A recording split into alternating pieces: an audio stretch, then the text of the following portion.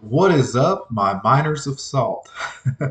I'm Austin Blankenship. I'm coming at you again with another 8 rack video. It's going to be a little bit different today. Instead of a gameplay video, we are going to go through the top 5 cards that I think might see play in 8 rack from Modern Horizons 2.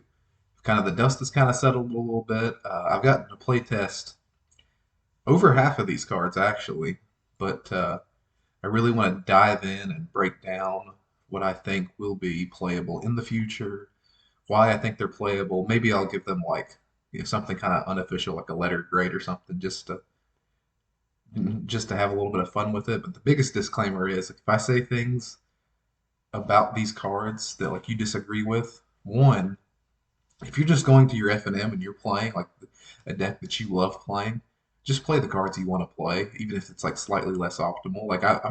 I'm 100% not going to judge that or argue with that at all. And like, I think that that's something, if that's your goal, like there's no, you don't have to explain anything to me or anyone else. But also, too, the second disclaimer is I also might just be wrong when I, when I analyze these things. These cards are very new. There's interactions I might miss. With Urza Saga, there's already been a couple that I've not really paid attention to at first sight. Then when I play tested it, I was like, oh man, this is much better than what I thought. But that's also something to keep in mind. Like if you disagree with me, just let me know in the comments. Just say, hey, this is why I think you're wrong. This is the reasons why I think you're wrong. I won't get upset about that at all. I love the discussion. I love the back and forth. I think that's how we can improve the deck and like make the deck more powerful as a community. And I really appreciate the feedback and things that I get like that. So definitely do not hesitate to drop your opinions in the comments. Tell me I'm stupid. Tell me anything you want. But yeah, just go ahead and let me know. But let's get started. So Urza Saga right here. This is one that, well, let's start by reading the card. So it's a Saga enchantment land, and that's not something that has ever existed in Magic before. So at first glance, it was really hard to analyze this, and a lot of people, a lot of very good Magic players, just were saying, "This is powerful. We have no clue what to do with it." But so Chapter One is Urza Saga lets you tap for mana. It can tap for a colorless mana. Chapter Two, well, let's explain how sagas work too here first, real quick, so that you understand what these chapters do. At the beginning of your main phase, or when it first enters the battlefield, you put a lore counter on it. Each of these numbers on the side right here represent lore counters. So the first chapter is actually a trigger that goes on the stack. So for example, if your opponent brought in like a wear and tear against us, unless we have a Urborg Tomb of Yawgmoth, which I'll get into that more here in a minute, one of the downsides of this card is they could cast the wear and tear, destroy this because it's an enchantment, and destroy a rack, and like that destroys both things. So that's one of the downsides of it, without us being able to tap it for mana even. However, even the matchups where people have brought in wear and tear, this has not been an issue for me yet. But it's something to keep in mind if you plan on putting it in your deck. Like I said, Chapter 1, you tap for a colorless mana. It's important too that these trigger not at your upkeep like most other like cumulative upkeep and things like that used to trigger. This triggers at the beginning of your main phase. So when you get to the second chapter here, where it now loses the ability to tap for mana unless you have an Urborg in play, which is why my most recent list, I've recently gone up to 4 Urborgs. I used to be the big fan of like you never run more than 3 because you don't have to. Well, we're running 7 colorless lands now, or at least I'm running 7 colorless lands now. And this thing just it synergizes so well with Urborg. Like we kind of suck this card into our nexus of cards so much easier than like any other deck in the format does. And it's looked so good. If you've not caught my other video, I would recommend checking that out. Especially, I think that's matches 2, 3, and 4. It you get to see the strengths of that card like insanely well. But anyway, let's continue here though. The second saga. So this makes you can tap 2 mana, tap it. So it's essentially 3 mana where it's a land and tapping itself. That's something you got to keep in mind.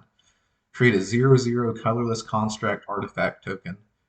and it has this creature gets +1/+1 for each artifact you control. So if it's the only artifact on the battlefield on your side, it's a 1/1. Something to keep in mind, just like how this other one allows you to, at the beginning of your main phase, if you don't plan on using that second ability, you can go ahead and tap it for a colorless in response to the trigger. Something I didn't originally pay attention to is this second one. You can actually use that ability a total of 2 times, and you get to draw your card and look at your card to see if that's what you want to do with your mana that turn. And two of those, they call them constructs because they were originally printed with the 4 mana Karn Planeswalker. But two of those constructs and getting a rack or getting one of our niche sideboard or niche cards that would usually be in our sideboard with that trigger, I mean, all of a sudden you go from you have hardly anything on the battlefield to now you have at least a two 3/3s and a rack. So this one land on its own card advantage wise just applies so much pressure and it lets us attack from such a different angle than we've ever been able to attack before that it's one of the best ones, but probably the single best card in the set for our deck. And it's the only one that I've seen that's like, okay, that's an auto include. Like we have to play this card. I'm not sure if the correct number is 2, 3, or 4 yet. I started out with 2. It looked really, really good running 2. I've upped it to 3, and I've not had any other mana issues yet. I'm going to be cutting down a Castle Locthwain or two because that's the only time where we're running so many non-swamp lands now. Locthwain as a 4 of has looked kind of clunky, but I think this is worth it. Um, let's go over the third chapter here real quick, though. You can search your library for an artifact card with mana cost 0 or 1 and put it onto the battlefield, then shuffle. So the first idea I had was, well, let's stick a Dark Steel Citadel in our deck. But the ruling with this card is you can't. It is mana cost, not whatever the new term is now, mana value, or what it used to be converted mana cost. So it has to be something that you can cast. So you can't get like a Lotus Bloom or a Dark Steel Citadel or anything that has like Suspend or a Mox Tantalizing. Like you can't get cards like that. It has to specifically have a casting cost of 0 or 1. That being said, it gives us access to a couple cards main deck that let us win games and steal games that we would never otherwise win. So the two biggest problems we run into are Planeswalker decks and decks that use their graveyard like at all game one. Um, I don't think this is fast enough against like Dredge for example, but decks that run like Croxa or Seasoned Pyromancer and things like that or Lingering Souls, they can really give us trouble because they recoup their card advantage so quickly from their graveyard. But I'll go over a couple of the artifacts that I've been using in my toolbox right now, real quick. The biggest one here is Pithing Needle. So when it enters the battlefield, you name a card, activated abilities of that source can't be activated unless they're mana abilities. Some things to keep in mind with this card, it's primarily in the deck to stop like planeswalkers that are kind of generating card advantage against us or things like that, but it can stop almost anything, including one of the things I got someone on very recently was fetch lands. So if they have normally if you cast Pithing Needle and they have fetch lands, if your opponent has played against it before, they will crack their fetch lands in response.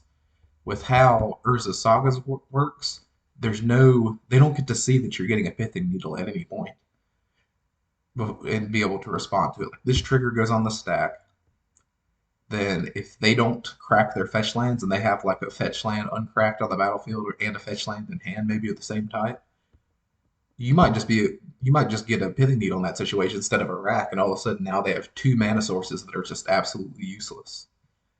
And that's a really neat interaction to pay attention to when you're playing the deck. It it doesn't come up as much in modern as it would in say a format like Legacy, because where we run shock lands, people tend to crack their fetches more aggressively. They try to save damage, but it's still relevant, especially when they might be trying to revolt like a fatal push. They're holding the fetch lands, things like that. Like it can be surprisingly powerful.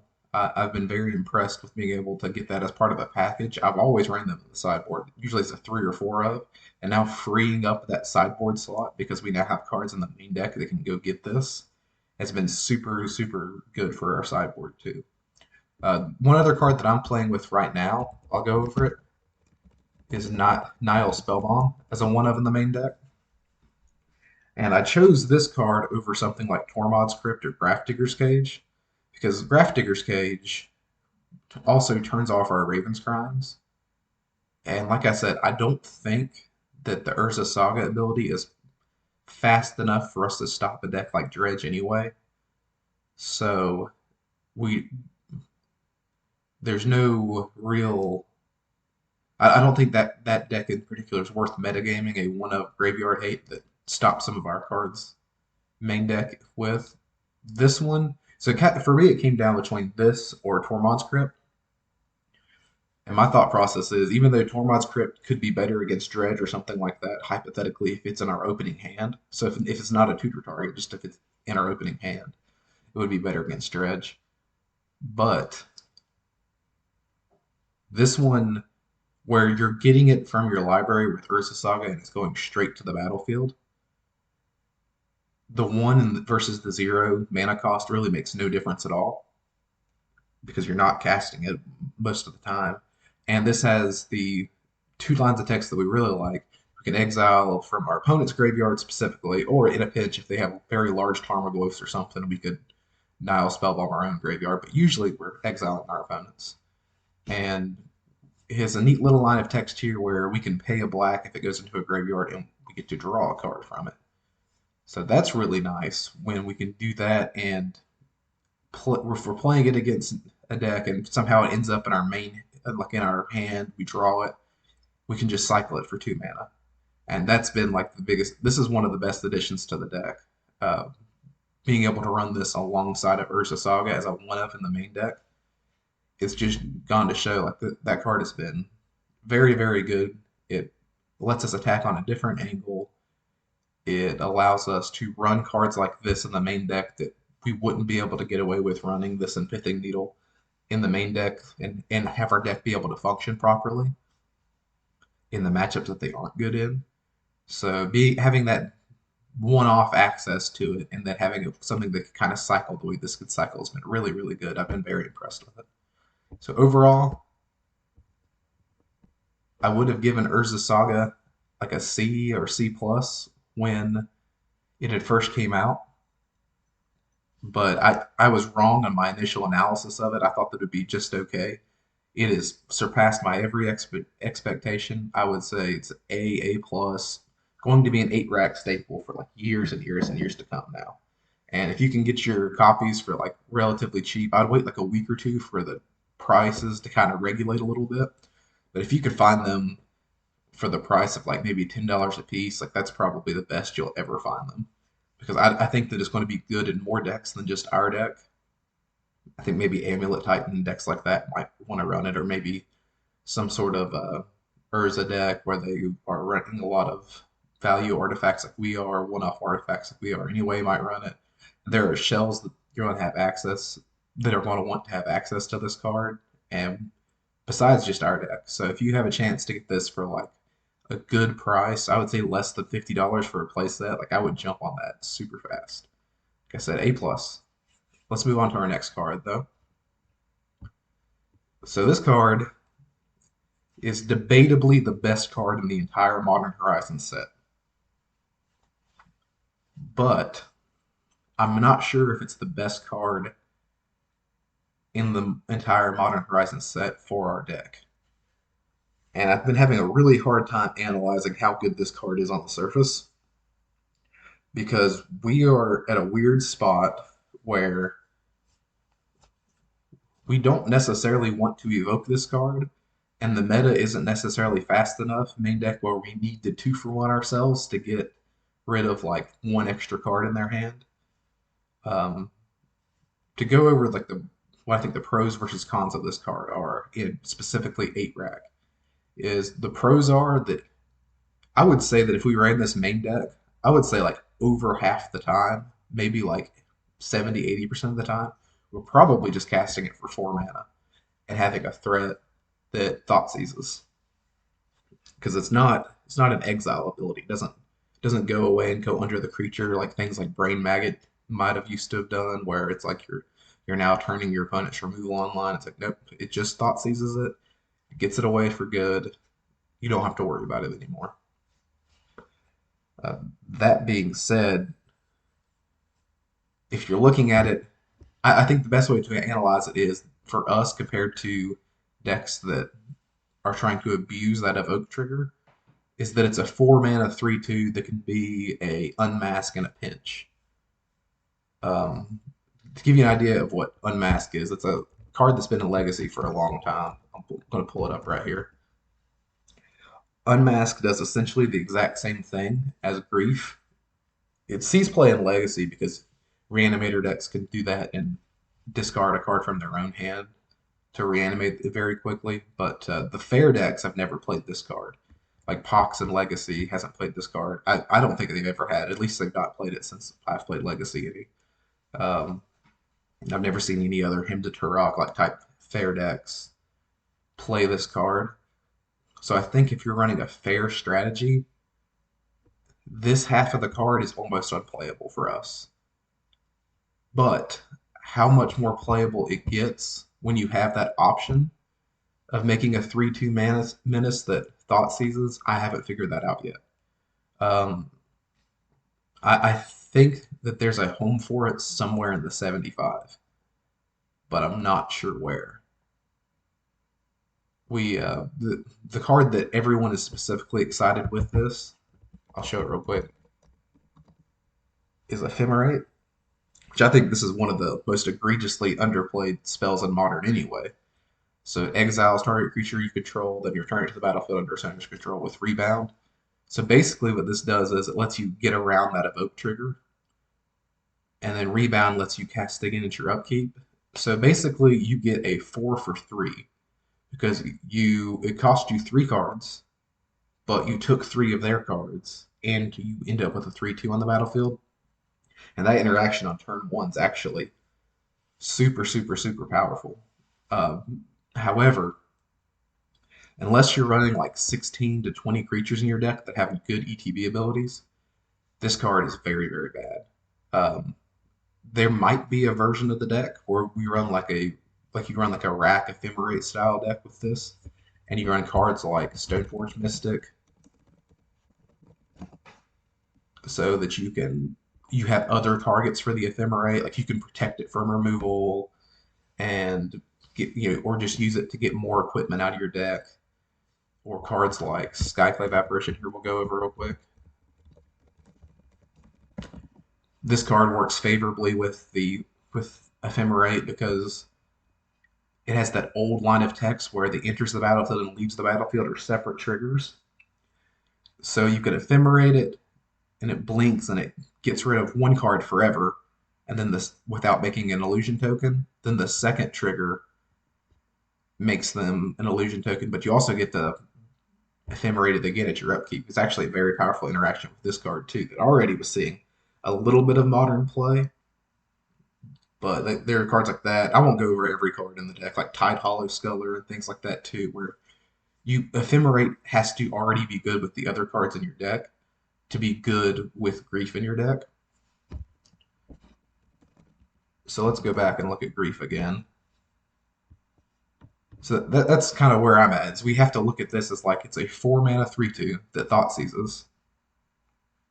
That in the most pinch of pinches, we can kind of surprise them with, like I could say, turn one we Thought seize, and they have like three 1-drops in their hand that we or 2 1-drops in their hand that we really don't want them to cast either of those 1-drops, like an Aether Vial or a Monastery Swift Spear or something like that. So we take the first Aether Vial and we say, okay, we're going to go ahead and 2 for 1 ourselves, so we can take this second one. There are situations where this is worth 2 for 1ing yourself with, but like I said, I'll have to playtest it. I would rather not playtest it, to be honest. I feel like it's going to be clunky, but I think that in the most optimal version of the deck, it's probably somewhere in the 75.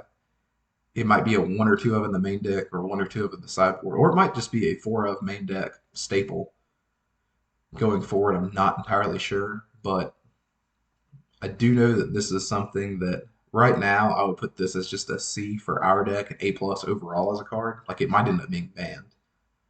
And it might just be so powerful of a card that we've run it even though we don't have any synergies with it in our deck. And if that's the case, then maybe don't even bother picking this up in paper because it's a pretty heavy price tag for something that might just get banned in the next 2 or 3 months. But if you're interested in playing the most optimal version, like in no other restrictions, you probably want this card somewhere. So I will say A plus overall, C plus for the deck. Let's move on to the next card. This is the one that everyone in a lot of formats has been really, really excited for, and it's the Dothi Voidwalker. So it's a 2 mana, one black, well, just black, black creature with shadow. For those who don't know what shadow does, is it can only block or be blocked by only creatures with shadow. So probably in modern, this is the only other creature that you'll see with shadow is your opponent having something like itself. So basically, what it's going to say 90% of the time is that it can't block and can't be blocked. For a 2 mana 3/2, that's already a pretty decent rate. And it has if a card would be put into an opponent's graveyard from anywhere, instead exile it with a void counter on it. So that's kind of big, is that it's a main deck graveyard hate piece. That's something to kind of keep in mind. Then you can sacrifice Voidwalker. You can get an exile card an opponent owns with a void counter on it, and you may play it this turn without paying its mana cost.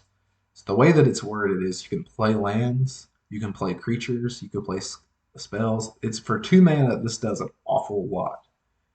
Um, so hypothetically, like if you thought sees away their Emrakul in the Through the Breach matchup and they don't have a lightning bolt, in the absolute nuts of all worlds, this never hits the graveyard, so Emrakul can never trigger, and you just sacrifice this, and oops, now you have a 15/15 Emrakul.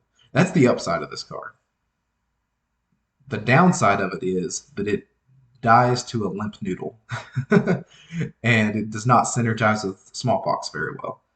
So what we have to analyze here is that how good is it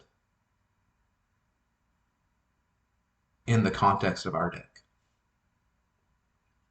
I, I'm not entirely convinced that this is just a staple.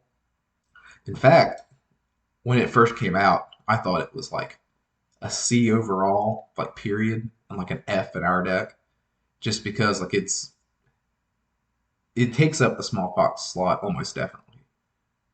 You could run this card with smallpox in your deck. I think you can do it.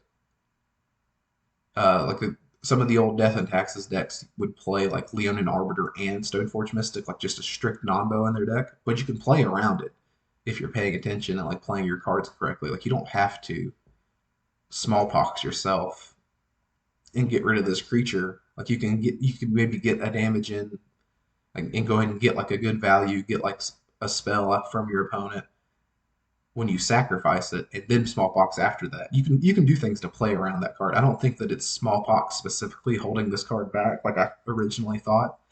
I think it's just the insanely stiff competition it has at that 2 drop sideboard card slot. But I think that this has some serious potential, though. I think I misevaluated it to begin with. Even at 8 rack, I think this card has potential. There are a lot of hypothetical situations where having that incidental graveyard hate is worth something, and then having a way to play through Leyline of Sanctity, which has gotten a lot more popular. I used to never see it, but I'll see that card like at least twice a league now. And I don't run cards like Feed the Swarm and things like that because I don't feel like you have to run those even to win with a Leyline. But Leyline does make the game a lot harder. And there might be upping our creature count in the sideboard might be the best answer to that. The biggest downside that I see is now playing with the card Urza Saga and with our new card which I'll go over the synergies with Mishra's Factory and Urza Saga as well here later. I'm going to go over Mishra's Factory specifically, but the Voidwalker,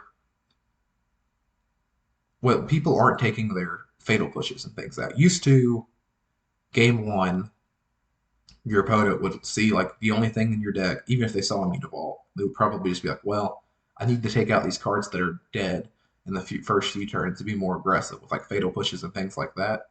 With the Urza Saga, they're scared that you might just make a 2 mana 6/6 or 7/7. So they've been keeping their fatal pushes in against me, and that's never happened before. Like I've brought cards out of the sideboard that I was expecting, oh, they'll take out their fatal push, their light, maybe, well, most of them will take out their lightning bolt still, but they'll take out their cheap little interactive removal like Path to Exile, Fatal Push, things like that that are only useful in niche scenarios. But because Urza Saga has been so powerful, I mean, they just haven't been doing it. And that shocked me so much, but it's been like every deck that's had Fatal Push in their main deck that I knew about.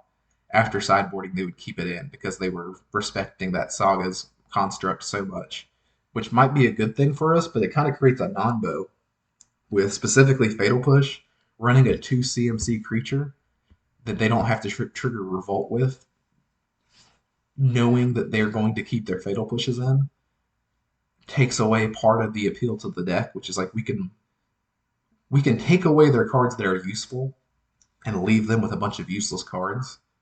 But then when they start getting value off their fatal pushes and things like that, we're back at parity. Like we're not getting ahead by invalidating a good chunk of their removal. So it's something to keep in mind when you play it. But those are just some of the downsides of the card. I'm straight up 50-50 on this card right now because I'll show you the two cards I think it competes the most with. Is a Dark Confidant out of the sideboard. It's going to get you some guaranteed card draw. Just solid overall card. It's gotten much, much worse in a format where prowess is. So right now, I think that the Voidwalker would be better than Confidant because of the prowess decks. But I don't think that you bring the Voidwalker in against prowess anyway, because they're not taking their lightning bolts out. They're not taking their lava darts out. That's their core deck's game plan. So they already have these natural little cheap creature removal spells that don't pair up well with your cheap creatures. The other card that people still run a lot of at the 2-drop spot specifically is Pack Rat. And the answer between is the Dothi better than the Pack Rat is I'm not sure. Pack Rat does something different than Dothi does. Pack Rat's kind of that army in a can where it was the old way to play around Leyline of Sanctity all the time. But now we have kind of other options. We can run cards that have more utility. So I run cards like Plague Engineer and I'm trying Sedgemoor Witch that are good against other decks, but also give us a way to attack and kill our opponent if they just try to mold a 3 or mold a 4 to find that ley line. And I play against probably at least one person a day that does that. And I would say that if they mold to less than 5 to try to find, or 5 or less to try to find a ley line ahead, our deck's still probably going to win the game. Like it's one of those cards that is very good against us, but it's not like Dredge where you could just mold to Leyline of the Void and hope they scoop. And that's like your only out. Like that, our deck doesn't work like that. Especially like we attack on a lot more axes now because of Urza Saga and the Mishra's Factories. That I think that we play around that well without even needing something like Pack Rat. So the need for Pack Rat its stock has gone down some. So I think that if you're deciding between Dothi, Voidwalker, Pack Rat, and Dark Confidant, I think the Voidwalker's the best card. If you don't want to run all three of them, that's also probably a fine answer as well, though. Next here, I'm going to go over a card that I think maybe is not on everyone's radar. Well, it probably is. If you're in the Facebook group and you're paying attention to all the new cards that we're getting for 8 rack, you probably are as stoked about this card as I am.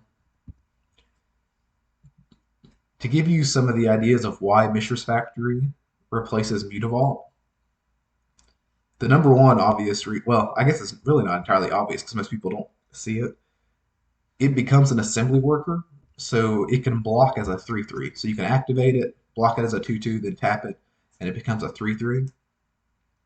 Also, it has this really nice word right here, artifact. And because it's an artifact, it pumps these construct tokens from Urza's Saga. And I think there's been at least 2 times on film already, and like 4 or 5 times off of film, where someone's tried to lightning bolt the Mishra's factory, or like attacked into a construct or blocked a construct, thinking that they were going to kill it, and me just be able to tap and activate this and turn it to a creature and like pump my construct for 1 more. And it's just been a blowout every single time. So like, this card was already going to see play over Mutavault in our deck. In conjunction with Urza Saga, we have this really sweet package now where we have a really, really powerful clock that's outside of the racks. Where if our opponent just does nothing, we're going to create some big beefy tokens, some good attacking 2/2s. Like it gives us this axis that we've never had before in our deck, where like we can run these clocks that don't slow down our game plan at all. And the big thing with this card right here in Mishra's Factory and Urza Saga both, I'm going to go over, is Urborg. Used to, I would say, run 3 of these, but running now between 6 to 8 colorless lands, we just have to run all 4 of them. We're the only deck that I've seen that really has been able to abuse like Urza Saga to its maximum potential, because we can still tap it for a black mana on its second and third triggers because of this Urborg. Amulet Titan probably will be able to because of the new green version of Urborg as well. But as of now, this just it's created this little package in our deck that's never existed before. That's been so powerful, so consistent, and it's fixed a lot of our bad matchups to that they're at the minimum winnable now. And that little combination of 3 cards is something you probably really want practice with and access in your deck. Um, let's go ahead and get to the next one here, though. That Mishra's Factory, there's really not much else to talk about it. It's just a better Mutavault, and that was kind of the consensus before. But I just wanted to point out that little synergy that happens with Urza Saga that makes it even better than I originally thought it was. Let's go to Bone Shards. This is one that I think collectively people are sleeping on as a card overall. And let me go ahead and read it for you. It's 1 in a black. As an additional cost to cast the spell, sacrifice a creature or discard a card. And it's simply destroy target creature, and the big thing for us, or Planeswalker. I'm not sure if this makes the cut in the 75 right now, but I can see a meta where almost every deck is running Planeswalkers and stuff, where we maybe bring back I'll go ahead and show here, Bloodghast packages, either out of the sideboard or in our main deck, where we have this synergy with this card where we can both destroy Planeswalkers or put pressure on other Planeswalkers with the Bloodghast. And I think this is one that, like, right now, you're not going to see me playing it in my list. But I really want to point this out and say, hey, this is a powerful card. This is kind of in our like extended sideboard. It's in our top 100 cards that we might play. Like easily, it's probably in the top 80. Like it's so close to being a sideboard card already that if you're local meta, you're losing to Planeswalker decks just left and right. I would consider running like some number of this and some number of Bloodghast to try to like create this little synergy and this little axis where you can put pressure on their Planeswalkers, you can kill their Planeswalkers, you can do things that disrupt the control decks in your meta. But right now in the online meta, I don't think that's where you want to be. But this is a really powerful card, really the Dredge and these weird other graveyard decks and stuff. We'll probably be getting our Lilianas hit by this a lot, I would imagine, in the coming months. But this is one that you'll see a lot when people catch more onto it. Something to keep in mind for our deck as well, though. I would say that it's like solid C plus, solid B. It's very playable. within the right situations. And like if I saw this in someone's list, I wouldn't think twice about it. I'd be like, okay, like I understand why you're playing that card. Let's go to the last card I want to talk about today, and that's Turok. This is one that everyone's been a little bit excited about. I'll go ahead and read it here that it's a 2 mana 2/1, but it has kicker of black black. So if you want to get its full effect, you want to cast it for 4. And it says whenever an opponent discards a card, put a +1/+1 counter on Turok Dreadcanter. And when Turok enters the battlefield, if it was kicked, target opponent discards 2 cards at random. So we're not going to cast it as a 2 mana 2/1 that will get slightly better from like a Thoughtseize or like something like that as the game goes on. Like that. If you want to do that, then like Tarmogoyf and things like that are just almost definitely going to be a faster clock than this card. Like Pack Rat, there are other cards that I don't think the 2 mana side of the card is ever going to be worth it. The protection from white is interesting. So if you're in a meta where you see like Skyclave Apparitions and Path to Exile, like if you're playing against blue-white control, this might be something to consider in your sideboard. But I've not seen a blue-white control deck online in a while. There's been some Esper, but they're not going to keep in paths against us. They might keep in Fatal Pushes, but not paths because they don't want to ramp us. But the part that I was really hoping we get him to Turok in this set, and this is almost, I don't want to say it's a spit in the face because, I understand why we didn't get him to Turok, but I really, really wanted to get him to Turok. The kicker cost, I preach this a lot that we have to be very, very selective at our 4 mana spells. I think if you cut Smallpox from your deck, you can run a playset or 2 playsets of 4 mana spells. But even then, it's tougher to run more than I think like 3 to 4 copies of 4 mana spells. So like you have your Lily competing in that spot. It's like Karn the Great Creator, Liliana, the 4 mana Liliana that pluses and has everyone discard a card and might, if you get a Hellbent, might be able to rack. I think those cards synergize a lot better if you're running like an ensnaring bridge package and things like that. That it's a different version of the deck than I typically run, but I think it's a valid version of the deck.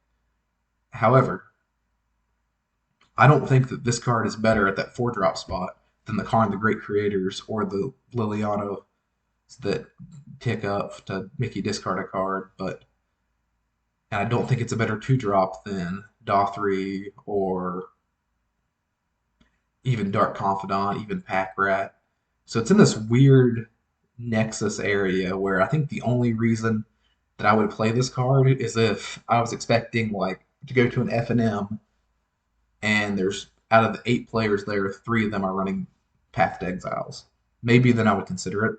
And they're like that type of deck that wants to interact with you, but the protection from white just absolutely annihilates them in some way. Maybe if you're playing against like Death and Taxes and stuff like that too. But for me, for the modern meta as a whole, and for the online meta, I don't think that this is where you want to be.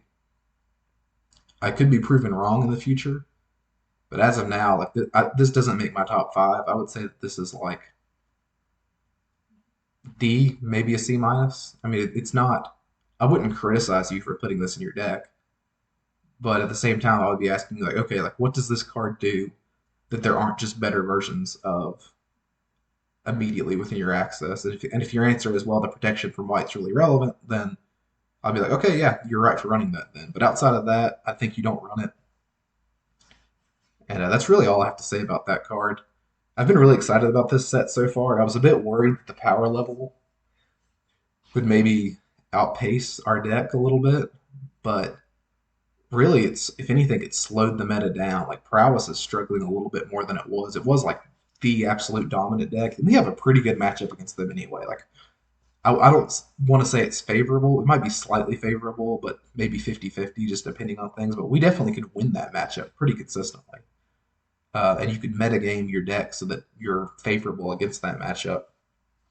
But I think it's slowing the meta back down a little bit. People are doing some more fun, tricky things. I think there's going to be this card's going to get really popular eventually when it finds the right shell. You'll be seeing this everywhere. Your local game stores, online. It'll be the top card played on Goldfish probably, and I think it'll eventually get banned just because of how good Ephemerate is in those decks that want Ephemerate anyways. However, I think that we probably have. I played against a Abzan Grief Ephemerate deck just the other day on our stream, and they had a Leyline of Sanctity in play game two, and they had the little Grief combos and stuff, and we still managed to win that game. We play against this card better than most decks do because this card strips the resources to next to nothing, and that's exactly what we want to do anyway. And if they end, their deck will not be designed to play that like, okay, we both have nothing game the way that ours is. Because ours gets so much more value from our lands. It gets so much more value from our 1 mana spells. We get the Liliana of the Veils to tick up, tick down to make sure the pressure's on them. And I think that we'll be fine playing against this card. That being said, I've not seen. I don't think the most optimal version of this has seen any play yet, or like really caught on yet. And I might change my tune then, but yeah, until then, I think we've looked really, really good. I think we were positioned much better in the meta than we ever have been since I've played the deck. And more people might jump in and start playing the deck with us too. But for you guys who've been out there grinding and like working on this deck for years and years now, I just want to give a big shout out to you and a big shout out for you to making it to the end of this video too. And thank you for your support. Just if you don't care, just drop me a like and like let me know in the comments what you think about these cards. What did I get right? What did I get wrong? What did you agree with? Am I a genius? Am I an idiot? Just let me know. Or tell me how your day's going. But awesome. Thank you all. Y'all have a great one.